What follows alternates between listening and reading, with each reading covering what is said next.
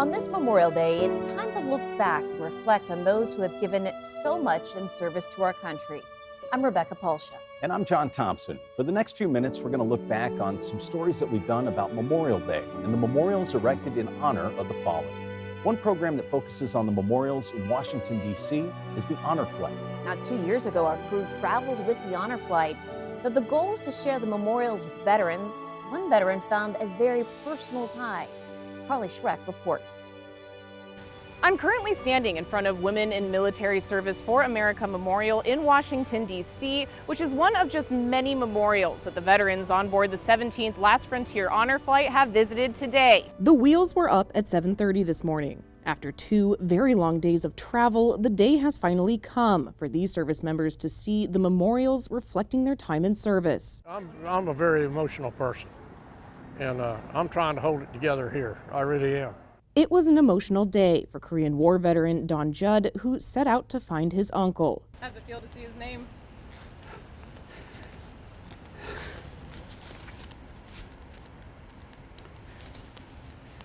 Sort of overwhelming.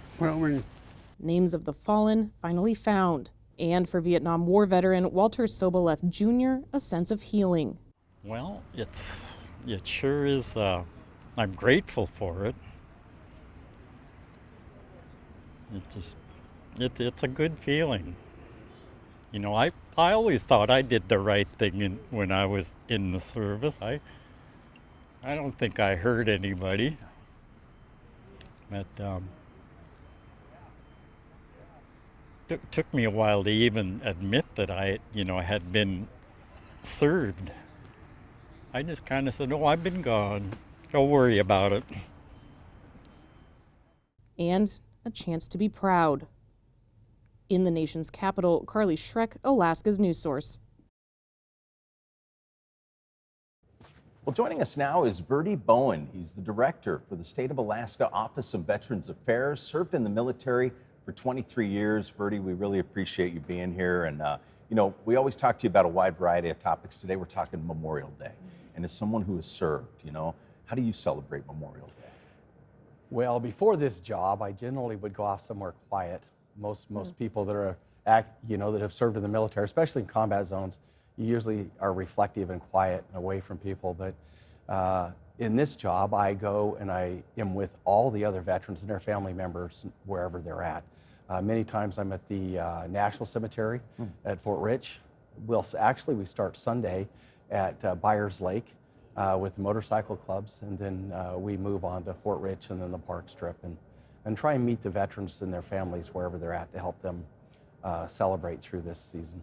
And how do you wish that people and the general public would honor the day? Quiet reflection. I mean, it's pretty somber, really. For me, myself, I lost a really close friend in 1981. 91. And that's the way I start my day. And I think that many people that have lost close friends start their Remembrance Day that way. And it's sort of puts perspective on that day and what it really means, and the cost. There's a major cost for this day. What do you think about when you're thinking about this person who has died?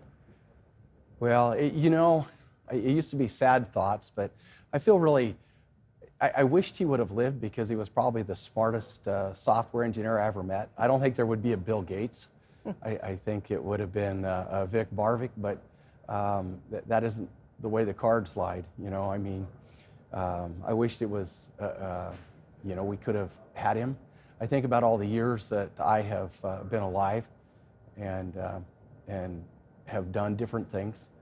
And I try and do things through the year to honor him, and the things that he wasn't able to do, like teach soccer and basketball and work with the kids and things of that nature. I think that's really important for us to work through that stuff. Yeah. Verdi, why do you think quiet reflection is so important? Because I think it grounds you centrally in your soul, I guess, if you will. Because if you're screaming and hollering and running, it doesn't. I think if you take a little bit of time to offer respect and honor to the person that you're thinking of, I think that quiet reflection is the best way to to look at Memorial Day. And as the time goes on, do you think, you said at first it was sad, are the feelings, have they changed or evolved in a way? Oh yes, because through the years, when I first started, like most people that are in the military, you have some regrets, that it could have been different, maybe. I don't know. When you look at things in the past, I don't think how it could be any different, but sometimes you do. You have regrets that maybe it should have been you or should have been someone else or something else to that nature. But it is something that you work through. And then as life goes on and you look around and you see the impacts that you have on other people, then you discover that it's a good place to be. Well, we appreciate you very much. Appreciate our veterans so much. Thank you for being here with us. Thank you. And coming up after the break, Memorial Day has a distinctly personal meaning to those who have lost a loved one while they were serving. We speak to a surviving spouse and how she turned that pain into hope for others. Well, welcome back. We reflect on what Memorial Day means, and it's sometimes difficult to understand unless you've experienced that kind of loss. Joining us now is Bonnie Carroll. She's the surviving spouse of Army Brigadier General Thomas Carroll and the founder of the Tragedy Assistance Program for Survivors. We're going to talk about your organization in just a little bit, but let's start with, what is your own personal story? Well, in 1992, my husband and 7 other soldiers were killed in a plane crash here in Alaska. It was this entire senior leadership of the Alaska Army National Guard. My husband was the Assistant Adjutant General Army for the Alaska Guard, and it was a C-12 on approach to Juneau. It's the 3rd major crash going into Juneau. And for myself and the other 7 families who lost loved ones that day, it changed our lives forever. And is that kind of how you started your organization, or was that a spark for your organization? Back then in the early 90s, I was serving in the Alaska Air Guard myself. I was working in the Anchorage DA's office. I was familiar with other organizations that were there to care for families who had experienced a trauma. So I went looking for that kind of organization I knew had to exist in America for families of our nation's fallen heroes. And I found it didn't exist, nor had it ever existed here in America. So in 1994, TAPS was launched right here in Alaska as an Alaska 501c3 nonprofit. And today it is the organization caring for the families of all those grieving the death of a military loved one. What was that like? Does it bring people together? Do you feel less lonely or less like having someone have your shared experience? Exactly. It's creating a community of support. We have resources that are available for families. We have a 24/7 helpline, programs for kids, for adults. Last year, we did over 1,300 events. A lot of people think the wars are over and there isn't a need right now. But last year, we had over 10,000 newly bereaved survivors who came to us for support and resources. And that's families who have lost loved ones to suicide as a result of post-traumatic stress, or to illness as a result of exposures to toxins. Yeah, and I mean, so when you're connecting with these families, it's got to feel so good for you as well. I mean, you're touching a lot of people. It is. Yeah. I remember and honor Tom every single day. Yes. And for all of our families, this is that safe community to come together to honor and remember lives lived in service to America. For our families, every day is Memorial Day. One of them that sticks out in my mind is some of the widows climbing Gold Star Peak. And you get to the top, and there's all those dog tags there, and the nice little whiskey, and it's such a big event to go up there. What are other things that the spouses have done as part of this program? We have an amazing women's empowerment program. We have men's retreats at Operation Barbecue Relief. We've got programs for the kids, family camps and the Good Grief Camp.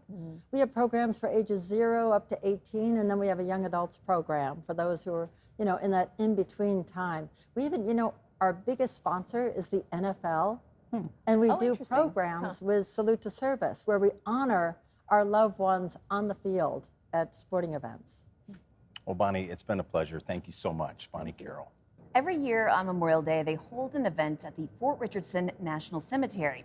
Here is how we shared that story in 2024.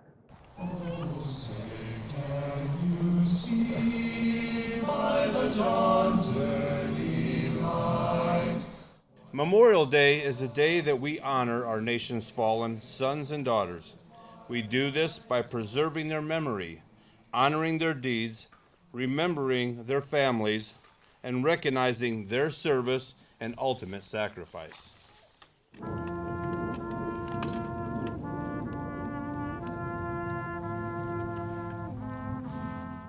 The cost of war is dear and long-lasting, and we can never repay the families who lost their loved ones to the horrors of war.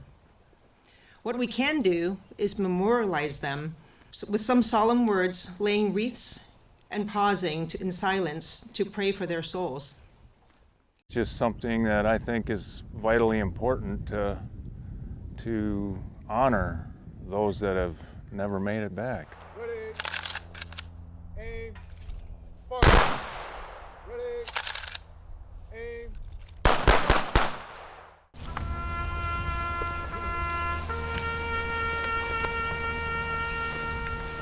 It's tough times for some during this day, so we try to just come together and connect.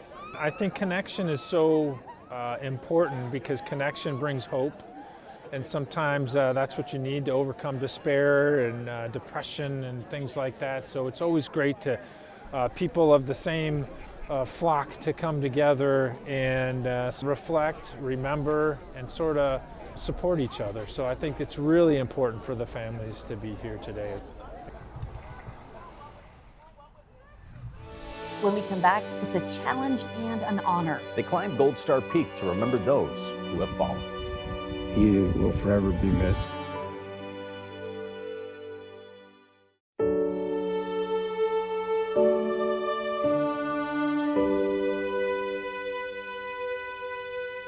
Well, welcome back. You know, it's important to not forget the true meaning of Memorial Day and the price paid for our freedoms.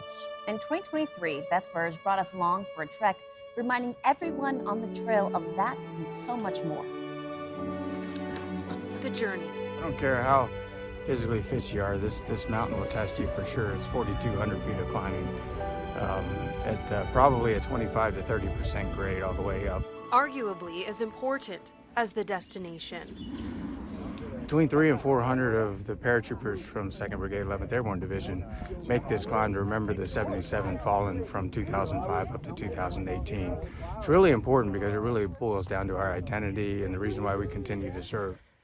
5 years since the formal naming of Gold Star Peak, designated in honor of those who made the ultimate sacrifice in service to the United States. Hundreds of service members, men and women, younger and older. Every day. 6 battalions, and every hour on the hour, roughly 60 to 80 people from each battalion will make the climb. Making their ways not only to a place of tribute, but along a path of honor in memoriam.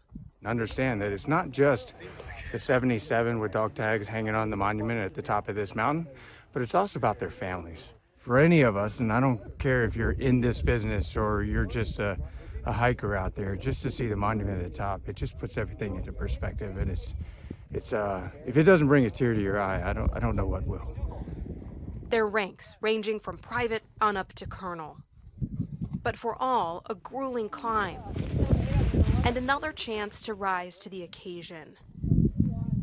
As the 2nd Infantry Brigade Combat Team, Airborne, 11th Airborne Division, honors 77 of its fallen heroes. And so many others, making this a personal journey for so many on this mountain. You know, I immediately went up and picked up the rock and of my best friend and sent a picture to his wife and his 2 sons and just told them I was thinking about Paul today. So it's hard. My wife used to say that there is no one better than Paul. He's the nicest guy that's ever walked the earth, and I think she got it right. And he will forever be missed. And it's even more fitting to be up here on the mountain today and be able to pay tribute to him. And with the hard-earned arrival to the summit, a reward in the form of a moment. and a message to all from this Alaska commander. Freedom isn't free.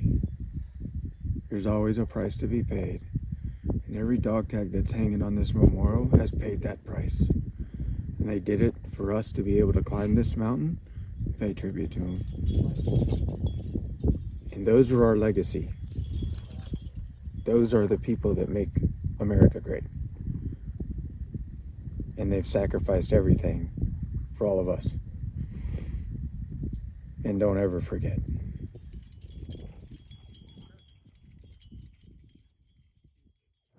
My goodness. Very moving, very moving. Well, joining us now is Kirk Alkire, the founder and president of Gold Star Peak and the person who worked to name Gold Star Peak. Kirk, thanks for being here, man. Thank you, I appreciate it. And what a touching story we just saw there. I mean, it's incredible. What made you how did this all come about? It started with 53 of those 77 that fell right from the brigade here at Fort Richardson, or now J-Bear. Yeah, wow. Why that mountain in particular? Right next to it is Mount POW-MIA, and unfortunately during our deployment in 2006 and 2007, some members of the brigade, my organization actually, were kidnapped and held prisoner. And so I was drawn to that mountain for the reason it's Mount POW-MIA, and I wanted to do something more for the Gold Star families across our country. Was it a tough process to get this named the Gold Star Peak? It was tough. They gave me a pretty big stack of checklist of things that needed to happen, but it pales in comparison to what the families of our fallen have gone through. So whatever they threw at me, I was up for the challenge and took it on. Wow. You do this hike all the time. What is it like for those families to be like with those families as they're doing this hike? I can't imagine the emotions. It's tough to explain. And I know you've climbed it and you've felt that, what it's like to be there. But in the moment with a Gold Star family member, as they're climbing to memorialize or remember their fallen hero, it's a powerful and at times very emotional moment once they reach the summit and are able to honor their hero. It's incredible. Well, we're talking Memorial Day. How do you view Memorial Day? How would you like people to honor Memorial Day? A lot of us in our community, the veteran space, active duty, they want people, I think that we don't just see it as a time, a day off, or a time for just picnics and barbecues. Right. It's deeper. It's about remembering those that have sacrificed so very much in the name of freedom. Any idea how many dog tags are up there at this point? Well, we started to keep track, but now there's hundreds, but other people have climbed it and brought their own, and so we've stopped counting. But our organization has assisted over 3,000 to the summit in over 150 climbs since the mountain was named. And we were talking off air a little bit. You said this summer's going to be pretty busy as well. The summer is very busy. We have a number of organized climbs that we've been working on for almost the entire year. And those groups are coming from all over the United States, as well as here at the base. And so in a couple weeks, we will repeat the exact same climb you just saw when the brigade ascends Gold Star Peak again. Wow.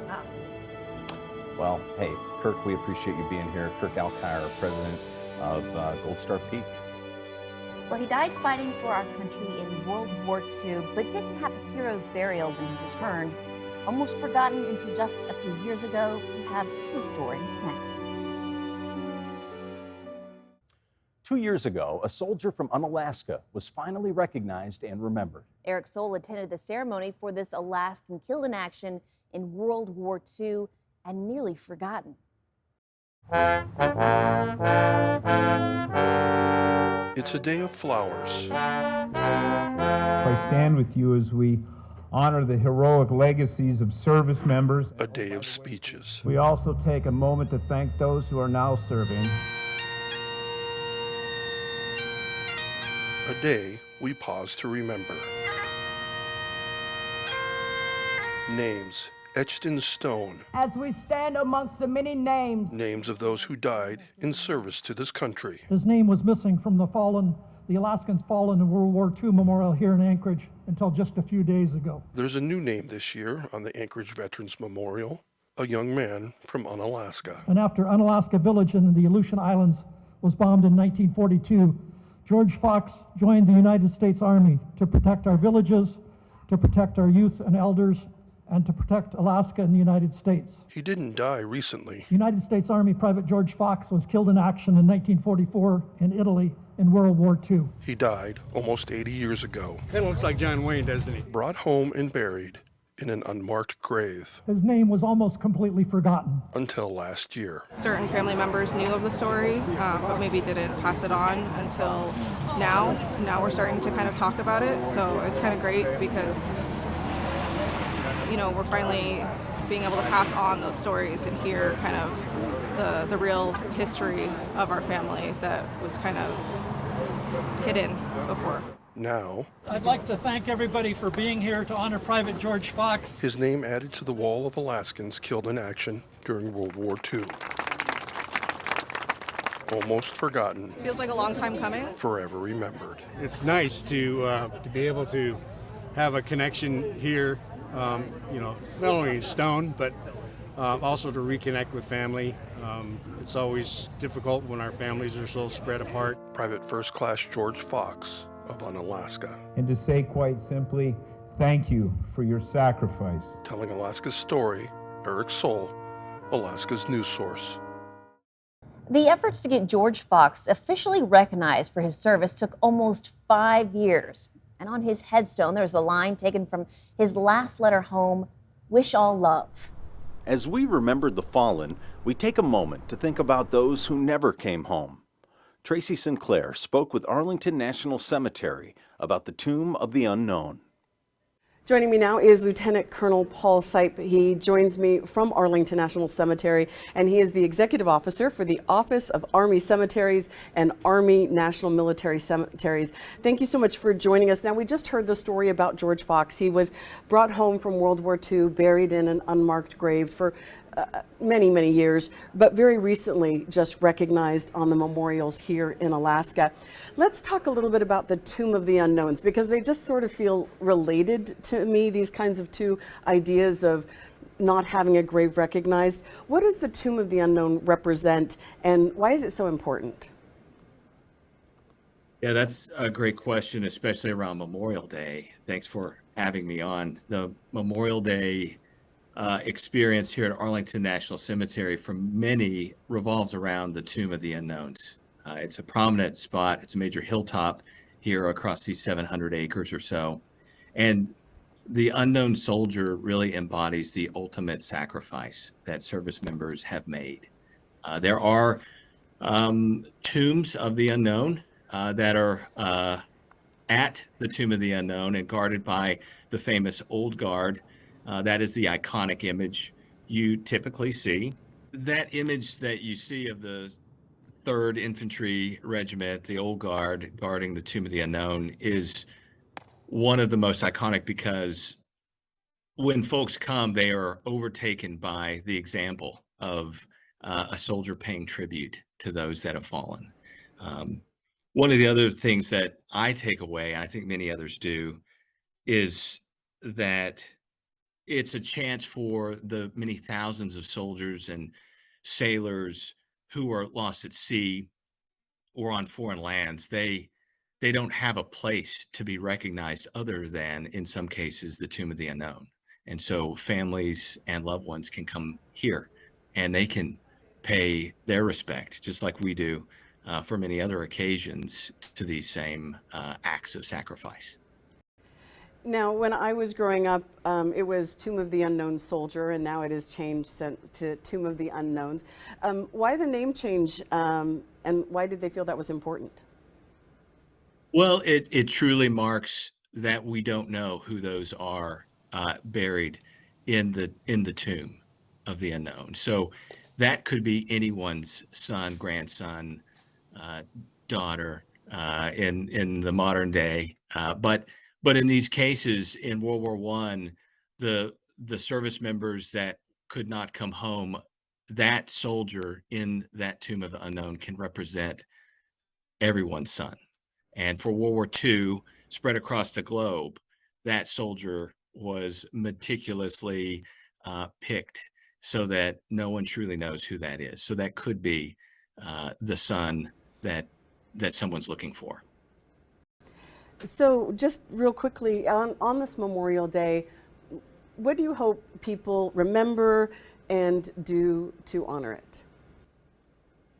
Yeah, Memorial Day here at Arlington National Cemetery, it marks some of our most notable military history here at Arlington, and that history has made an impact on our nation. So that's why we see so many come here and are overtaken by what they are able to take in, which is these amazing colors, especially around Memorial Day, with the red, white, and blue flags that are placed in front of every white headstone, just going acres and acres. It puts people in awe just to see such an expansive example of paying tribute to those service members here laid to rest.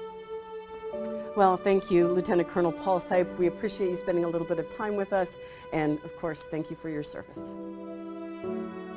As we finish, taps was originally played during the Civil War as a signal that lights needed to go out and the soldiers go to sleep. Well, today it's played at the end of a military funeral. And for all that died in the service to our country, and to all their families who have felt that loss, thank you for your service and sacrifice.